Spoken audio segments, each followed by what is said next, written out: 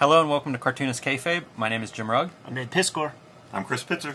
Today we're going to look at the Monster Society of Evil, Shazam, Captain Marvel, this collection that's kind of hard to find for various reasons that we'll get into as we dive in. Before I do, I want to invite everybody to like, follow, and subscribe to the Cartoonist Kayfabe YouTube channel if you haven't done so already.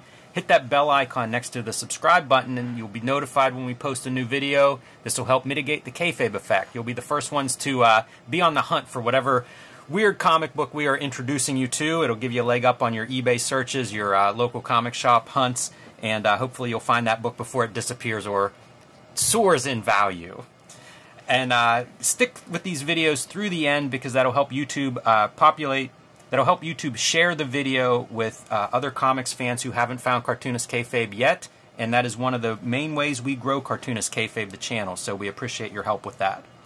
But we are here today to dive into Captain Marvel, one of the most popular superheroes of the Golden Age, and this is a remarkable story in that this is one of the first big serialized stories, a graphic novel, if you will, that ran 25 issues or so, about 2 years in the early 1940s through Captain Marvel, and pretty unusual at that time.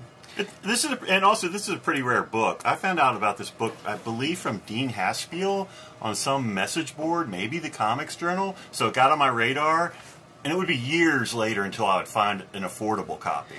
It's one of those things too that visiting the ad house, checking out your bookshelves, immediately jumped out because I just assumed I would never see this book. It sort of has legendary status for being that early serialized comic, and also, you know, there are very clear reasons why they would like you to forget entire sections of it. Yeah, we'll it's a time period. Focus on the positives, and the book is really nicely designed. I linger here on the end pages because, like, instant origin kind of stuff or setup in 3 panels, and looks great. If you can't tell at home, this book is quite oversized. I'd say a standard comic book about this large. So you're looking at maybe 1.5 times the size of a typical comic book. And they take advantage of that, you know, like money shot right away. Once again, there's your setup. Speak the name Shazam, this is what you turn into. Pretty good use of the size of this book. So good on Mike Higgs for making this happen. Yeah, there's a lot of kind of nice looking pages as we go through. You'll see that at home. And Chris, one of the things you noted when we were talking about this, published in England. Right, because this would be licensed from DC Comics, and does this only happen because they are not in the U.S.? Could an American company have made this book? It's an interesting question. Yeah, well, I don't know if there's an answer. It's one of the things I thought of. And then it's also printed in Belgium, which is, you know...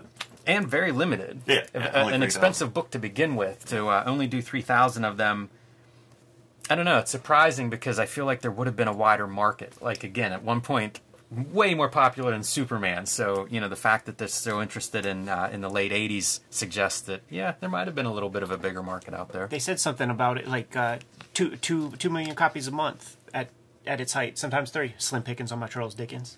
Yeah, and we're going to see just how popular this is as we get into this intro material, this background. You can see spinning out into like the Marvel family and other books that were coming out of it. Shouts to Mac Rayboy. If you like the 1, you'll love the 3.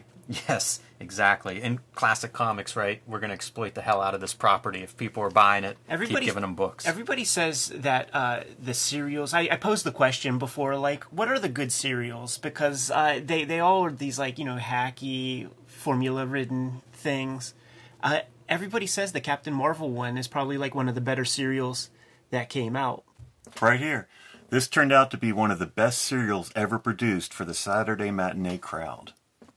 Better say that in a Captain Marvel book. That's true. That may be a little kayfabe. Yeah. But the interesting part about the serials is how it leads into this kind of almost different comic book storytelling. Serialized comic storytelling. Right. It's something we really don't see much of before this. Don't see much of it right after either. It takes a while before that becomes the norm.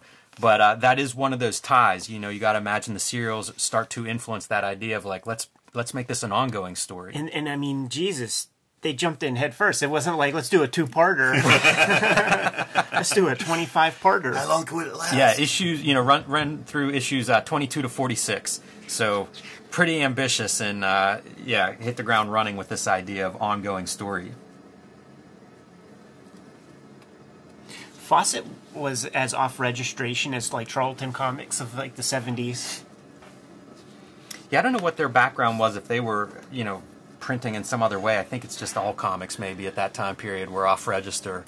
I had very late period Fawcett publications too, like I think some comics, but they would also do weird things. I think like crossword puzzles and stuff like that. Just like Dell, like you'll see Dell crosswords and stuff. Let's jump back to the intro for just a sec to point out the fact that this is a UK book.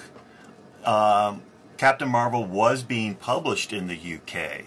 And then we have the legal battle between DC and Fawcett over, is Captain Marvel based on Superman? And because of that and other factors, Fawcett starts to decline further and further until they no longer are making content. So what does this UK publisher do? Creates his own Captain Marvel, Marvel Man. Yes. That becomes Miracle Man. You're right.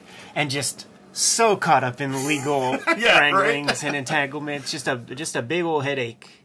Yeah, it's incredible to think about the legacy of that character stretching back this far and still ongoing today.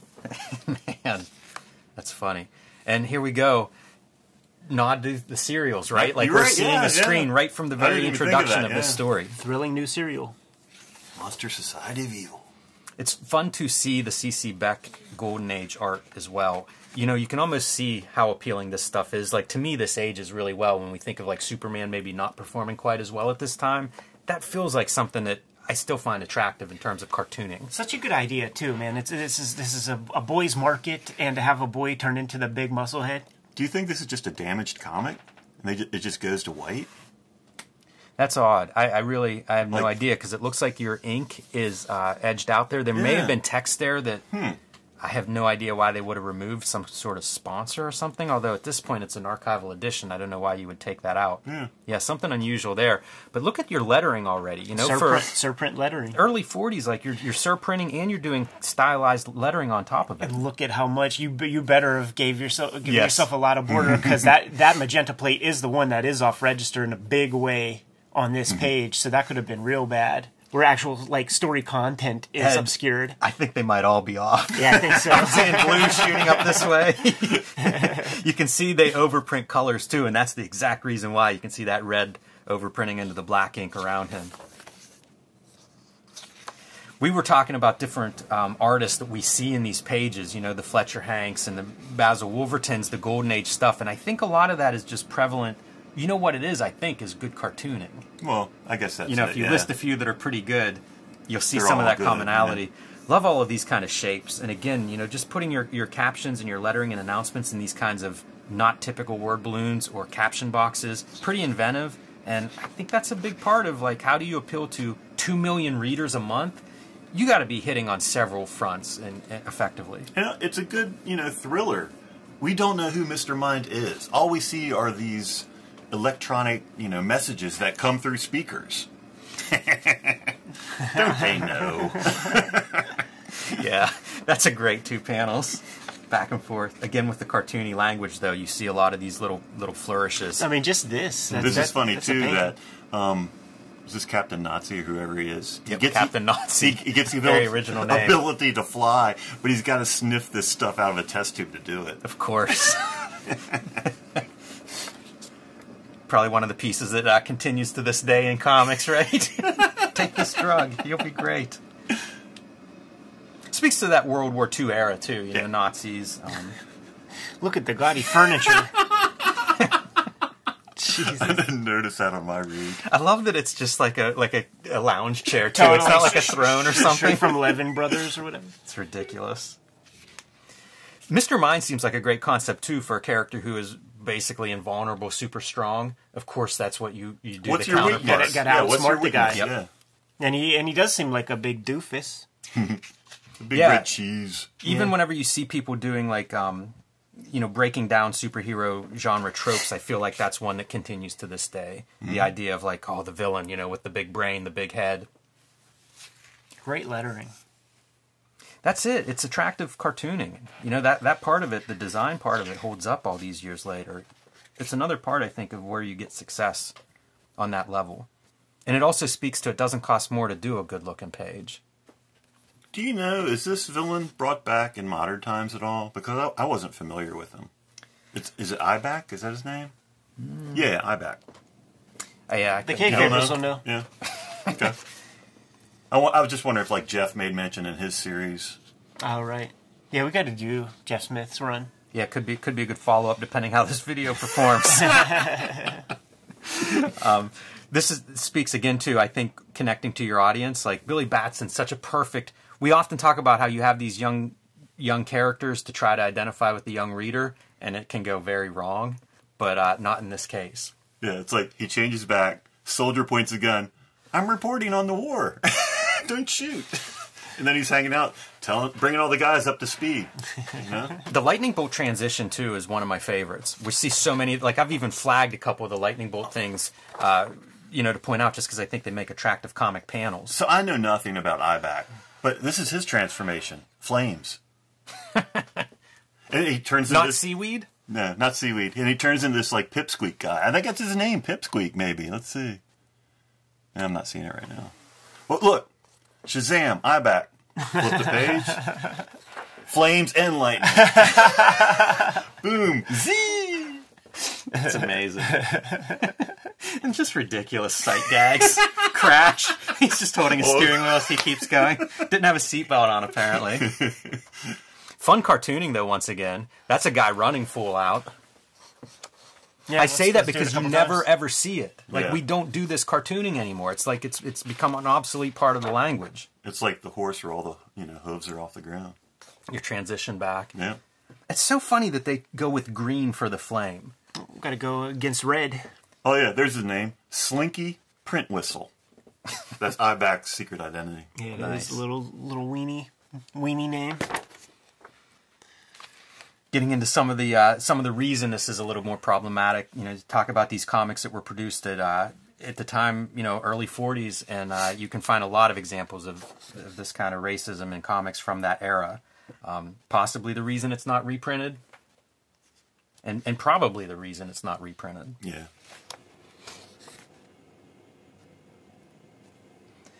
So the amazing thing to me is, as we mentioned earlier, is the idea that this goes on for over 2 years. That's just wild. Like, you would think you would risk, like, your readership swapping out, aging out. It's that weird thing, too. So, like, these magazines are 64 pages, silhouette. Right? And it would be, like, little 10-page doses or something. So it's not, like, 20 64-page books. It's... These magazines were jam-packed with stuff. So you could take a flyer on a story, and they're all anthologies, so anthologies work that way. Every comic doesn't work. So this is like, testing the waters. If you don't like this one, maybe you'll like one of the 10 other stories in the issue. Man, I always think of Kniff when I think of, like, the snow-covered mountains and stuff. And you got to wonder, like, is that influencing this stuff? Are you looking at the other most popular comics around and drawing some inspiration? But I love this page. The glacier is eating the city. It's beautiful, like for a splash page. It's just awesome. Good color. People fleeing. There's a lot of storytelling going on in that, too. And, this is the beauty of the comic, too. Every chapter, he's going somewhere else. He's in, Egypt, Africa. One of the issues did say Captain Marvel goes to Pittsburgh. Oh, no way. Yeah. We didn't flag that. That's one we needed to call out, man. That should have been the focus of the episode. Yeah. Oh, nice. So, I didn't figure we would go through, like, page by page. It's a big serial, yeah. But I did just highlight a couple of things. And one of them is, I just love, like, the beauty of the cartooning, the compositions. It's sparse but attractive. And you see, like, of the time, this idea of technology progress, the big skyscrapers is a sign of that. And I love all the transitions. Sometimes I wonder if part of this character's appeal is how smart this graphic device is for getting to be Captain Marvel. Because it looks good every time it shows up. Kids loved it, man. And speaking of this cereal, the mind worms. Hordes of worms. Spoiler alert. Yeah, I think that's fair. Okay. I'm probably not giving away too much on a 70-year-old story. So this is Mr. Mind? Yeah, Mr. Mind is a worm. Holy moly. One of the classic sequences of this story, right? This is my memory of you all visiting Richmond, pulling this book out and laughing at this sequence of pages where Mr. Mind, something's going on. There's a rocket heading towards Earth to destroy it. And Captain Marvel's like, okay, I got you. What do I do with you? I'm going to shove you down my pants. Quiet, piss squeak. That looks like, well... It doesn't look good. No. That's hilarious. Surprising, this is a pre-code comic. So you can shove worms down your pants and fly around. And he's like, it's not going well. Coochie coochie. What's your weakness? You're ticklish. How much does this sequence call to mind like Frank Miller's Dark Knight Returns? It's a warhead heading towards Russia to, destroy the Earth, essentially, and stopping it short. Page Turner. He's going to get a deluxe tickle. Sweating. It's great comics language. I always think of like Popeye as being one of the great strips for just the comics visual language, flying around and animating characters, but that kind of animation is here. Then we got some bondage going on. Time in a knot. And again, every one of these chapter headers are fantastic. It's like they figured out the formula. And it probably does come from the serials, because I imagine that they were promoting those each week with like new big graphics, something attractive, and it's like, yeah, let's make the most of this. Interesting, the evolution of these splash pages. Like we talked, we looked at Jack Cole a couple of weeks ago and how evolved those splash pages are. Everybody thinks of Will Eisner's Spirit splash pages. And Ed, you just bought a bunch of coverless books, and those splash pages are always fantastic from the 60s and 70s. There's such an evolution of that. It's almost a second cover. Exactly.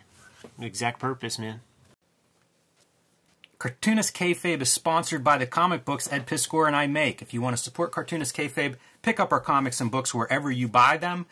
Starting with Red Room, the Antisocial Network, Season 1 of Ed's Murder on the Dark Web for Fun and Profit. Trigger warning, Season 2 is now in stores everywhere. This is issue number 1. Issue 2 also available. Issue 3 coming next month.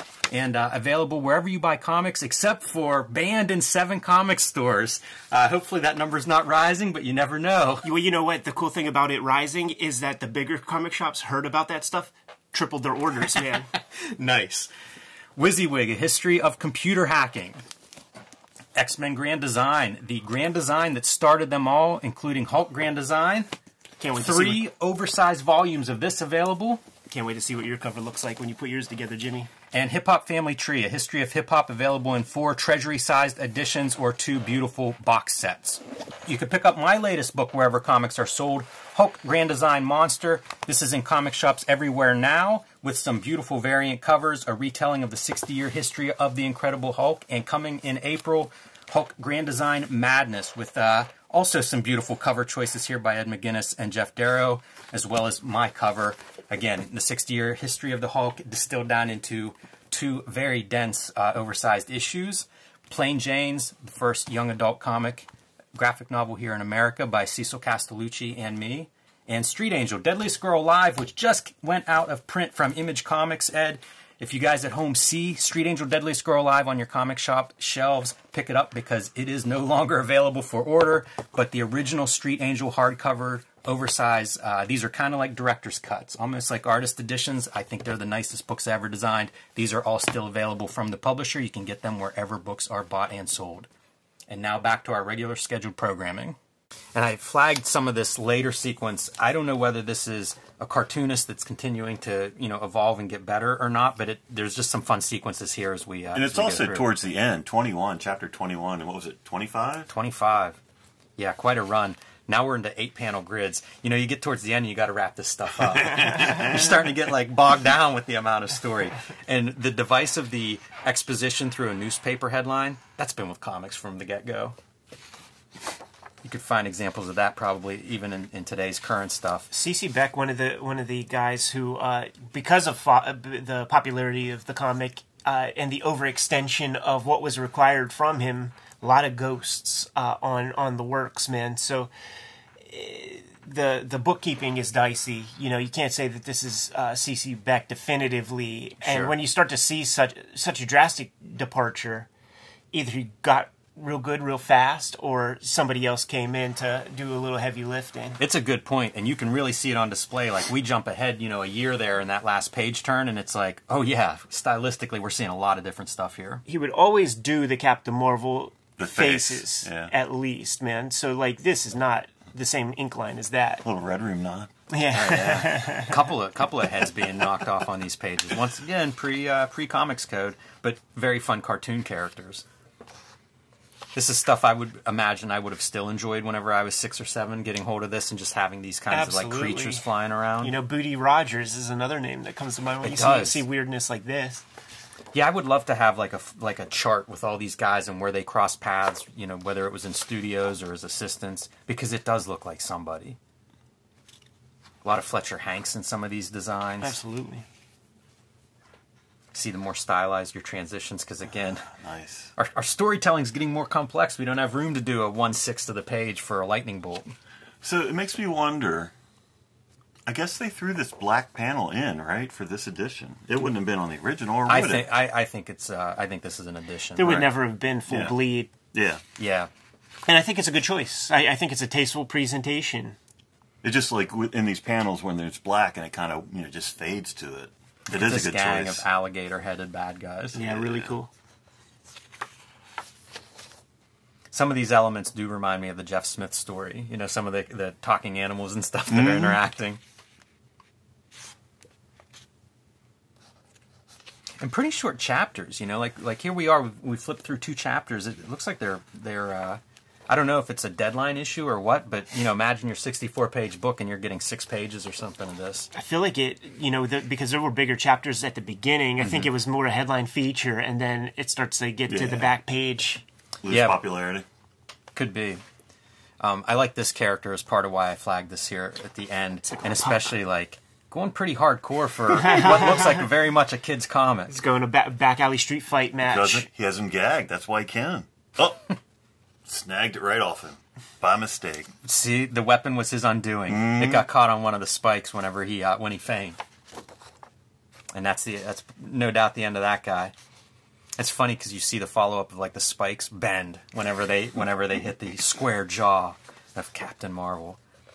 So it is interesting that these last several chapters all go to that 8-panel grid. It makes you wonder, like, maybe that's why we don't see a repeat of these big long serials for a long time. Early attempt at a graphic novel and fizzles out towards the end. Just words. Yeah, and you know, just to kind of wrap up the book, because I do think it's a really nice design, having cover gallery features for some of your end pages. But what about the story, Jim? They're going to execute him. They do. What do they do? They fry the little guy, and then they taxidermy him. Hey, but wait. What's it say, Jim? Help wanted. Fans, this is your magazine, and we need your help in making it as good as possible. Would you please answer the questions below and paste the slip on a penny postcard and mail it to us? You know what, though? It reminds me of manga and how they do surveys of every single issue of their fans. Like, maybe we have a better industry if they'd have kept this up. But also, we talk all the time about, we just want your address. Yeah. Send us your address, either as a fan or join the fan club. Maybe send us your address and a couple of cents with it. Well, they're asking, do you want Mr. Mind to come back? Or is he dead? Yeah, it's before Denny O'Neil came up with that Jason Todd Robin gimmick. Do you like cereals? That's the original 900 number. Yeah. That's fun stuff. A lot of, your fan interaction, and I bet they received quite a few responses. And the people who sent in those responses then got junk mail. Yes, that's right. Man, I'd love to see those. I wonder, have you ever come across that in any fanzines or anything? I'd be curious if anybody out there has info on that, because it's a weird piece of comics history for sure. In each of these covers, you'll see the little bits where it's like, goes to Minneapolis, but if you flip the page real quick, we got a visits Pittsburgh right here. And I do see a little steel. We call this fan service, right? Yeah. Oh, totally. And like Pittsburgh certainly would have been a top metropolis, like back in those days, man, when, post Andrew Carnegie and all that. Yeah, that's so funny. In this issue, Captain Marvel visits another city. It's Denver, distinct Buffalo. Yeah, distinct Kodak. Distinct part of this. Like Oklahoma City. They chose all the wrong cities. I feel like this is the wrestlers that come out and say how happy they are to be in Washington, D.C. and stuff. Yeah, exactly. Very nice book, though, man. What a design. It's hard to find, Chris. That's the reason we pulled it off the shelf when we came to visit. It's 3,000 copies is not a lot. It's not. And probably, won't be reprinted anytime soon. Comics history, man. Definitely. Good stuff, Chris. First comic graphic novel? Cereal? Chris, why don't you drop a plug, man, before we get out of here? AdHouseBooks.com. Kayfabers, like, follow, subscribe to the YouTube channel, hit the bell, we'll notify you when new vids are available. What's out there, Jimmy? Hulk Grand Design Monster #1 is in comic shops everywhere right now. Hulk Grand Design Madness #1 will be in comic shops everywhere the end of April. It's a retelling of the 60-year history of the Incredible Hulk in 2 double-sized issues, so pick those up and put them in your pull box if you haven't done so already. And join me on patreon.com/JimRugg. Red Room Trigger Warnings, issue number 1 and 2 on the stands as we speak. Murder on the Dark Web for Fun and Profit is the name of the game in Red Room Comics. Banned in 26 countries, banned in 7 comic shops, but they'll still get it for you if you ask nicely and know the secret handshake. You can read these comics on my Patreon, patreon.com/EdPiscor. $3 for the archive there. More than 200 pages worth of comics up there as we speak, and hit up my link tree in the description below this video to get to all those destinations. What else do we have out there, Jimmy? Subscribe to the Cartoonist Kayfabe e-newsletter at the links below this video. You can also find Cartoonist Kayfabe t-shirts and merchandise at the links below this video. It's another great way to support the Cartoonist Kayfabe channel and keep these videos rocking, man. Give those marching orders out. We'll be on our way. Read more comics.